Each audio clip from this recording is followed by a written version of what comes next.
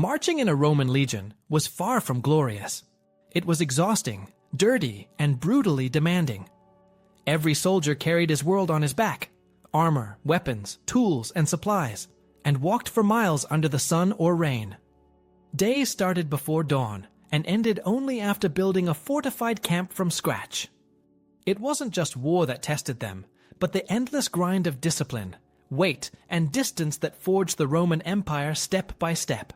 Number 1. The marching city. Early in the morning, the legion begins moving, and the length of the column is astonishing. It isn't just a band of soldiers, but a full-on mobile settlement with men, animals, wagons, and gear all moving together.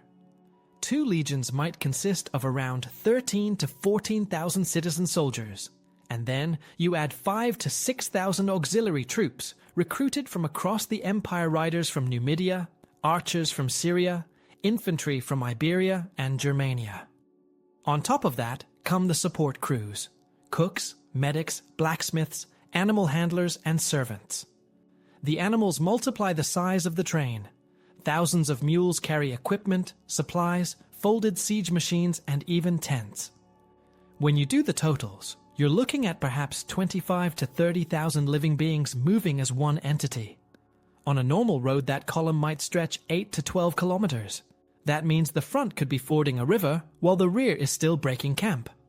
With such length, the potential for chaos is huge unless everything is perfectly ordered. That's why the march is silent, deliberate, and disciplined.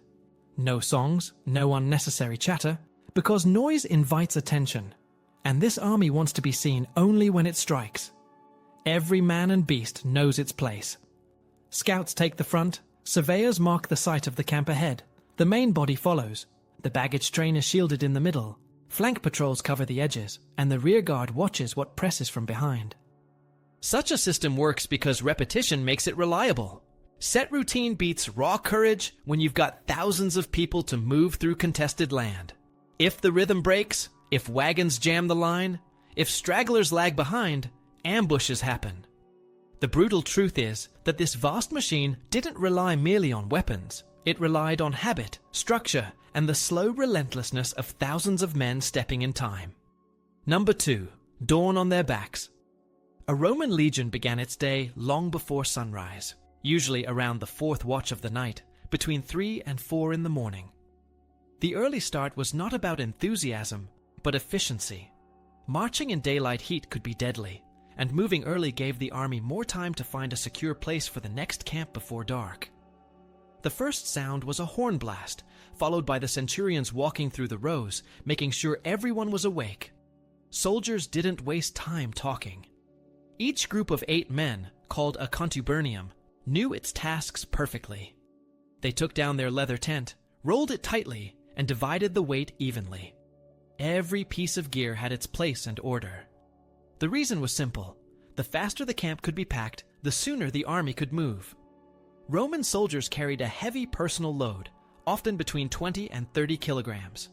Their equipment included armor, a large curved shield, a sword, 2 javelins, digging tools, wooden stakes for the camp wall, a small pot, food for a few days, and a flask of water.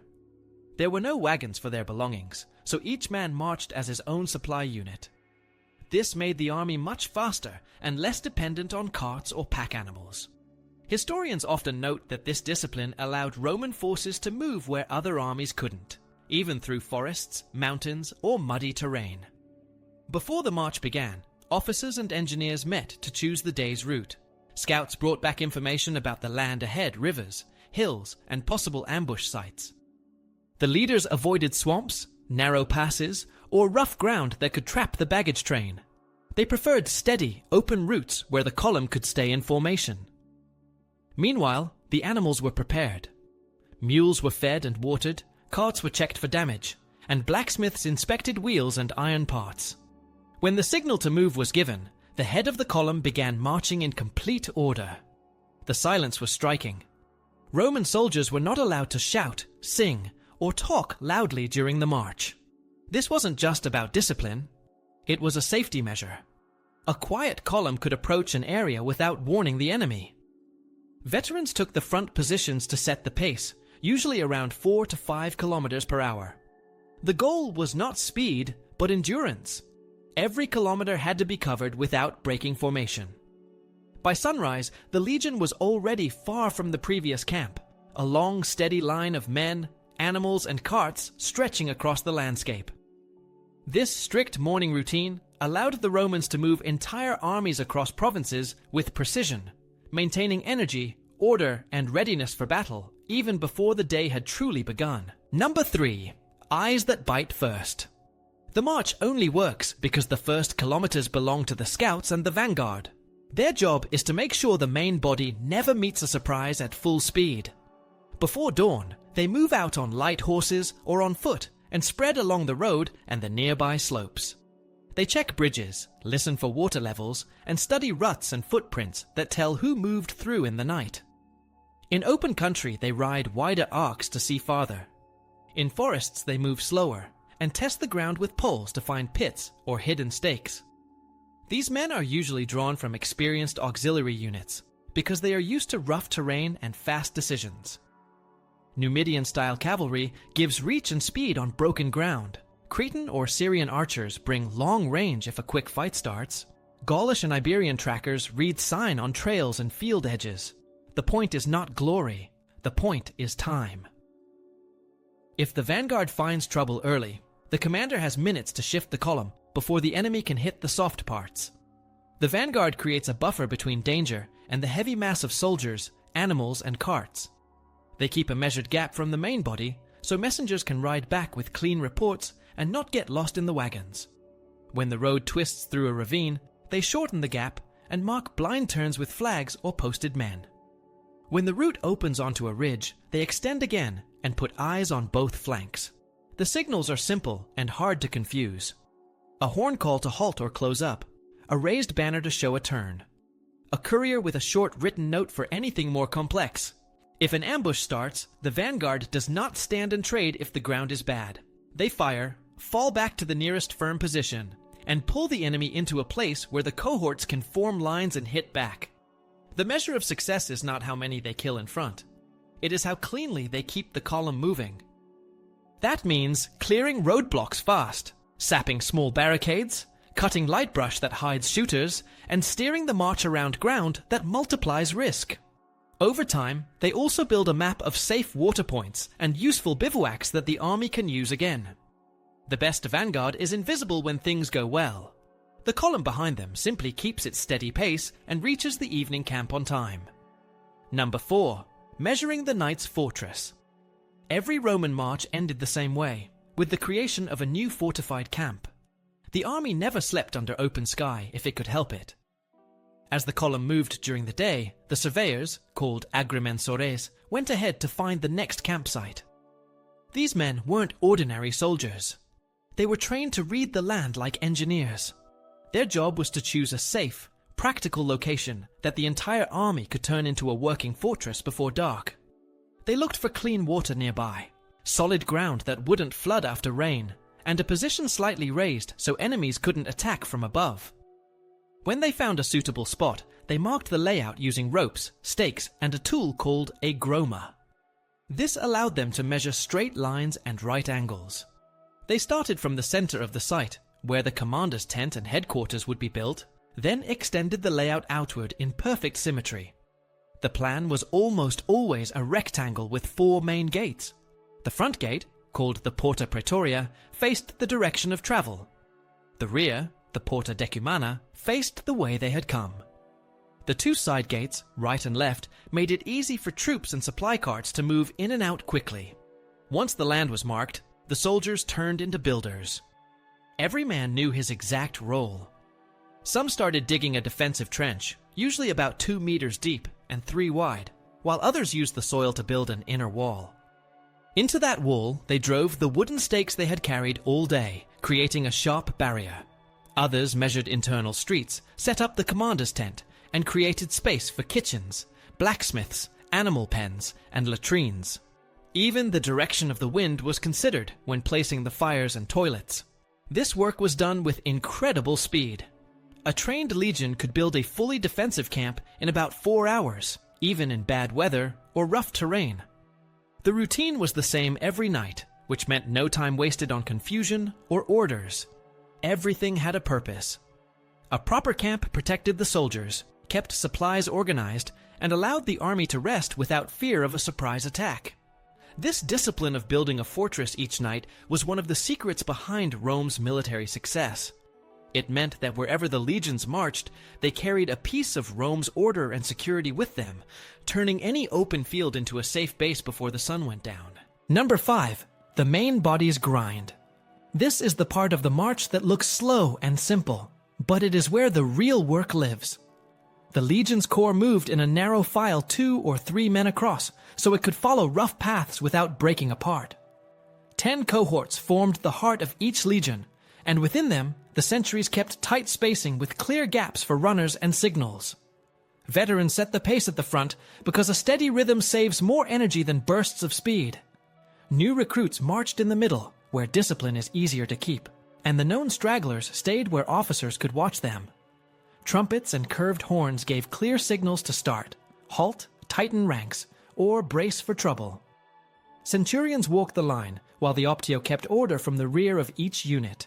Every step carried weight. A soldier wore mail or segmented armor, held a tall shield on his left arm, and carried a sword, javelins, stakes, tools, rations, and water. The pace aimed for real distance without draining strength, usually around 20 to 30 kilometers, in a day of mixed terrain. Short halts let men drink, shift straps, and check sandals with hobnails that chewed through miles of stone roads. Heat, dust, and blisters were part of the job, so small fixes mattered. Officers watched for signs of dehydration and pushed water points that scouts had marked earlier. The column never tried to be fast. It tried to be hard to stop. That meant keeping intervals open, protecting the baggage by position rather than hope, and making sure any local delay never spread forward. The main body's grind was patience turned into movement, hour after hour, until the ground behind the army belonged to Rome. Number 6. The train that feeds the blade. Behind the fighting ranks moved the part of the army that kept everyone alive. Romans called it the impedimenta, and it was both a burden and a lifeline. Here you would find carts stacked with grain, salt and vinegar for posca, portable hand mills, spare sandals and cloak pins, coils of rope, tent leather, nails, and the wooden arms of field artillery that could be assembled when needed. Medics marched with simple surgical kits and bandages. Blacksmiths carried tools to reset a rivet or patch a shield rim on the roadside. Cooks guarded kettles and ration sacks and knew exactly how much grain a cohort needed each day. Most of the load sat on mules that could carry heavy packs across rough ground, while sturdier carts handled timber and iron. The train moved slower than the soldiers, so its place in the column was protected, usually behind the main body, or in the center with guards on both sides. Light infantry and cavalry patrolled the flanks to push back raiders, and to pull wagons out of ruts before panic spread. Order was strict because a broken axle or a missing bag of grain could stall the march. Drivers kept intervals, officers checked loads, and no one borrowed from stores without permission. Water and fodder stops were planned in advance, and foraging parties went out under escort, not as wanderers. The goal was simple. Keep the knives sharp, the bellies full, and the wheels turning so the line of shields up front could keep marching and still have the strength to fight at day's end. Number 7. Flanks and the silent shield.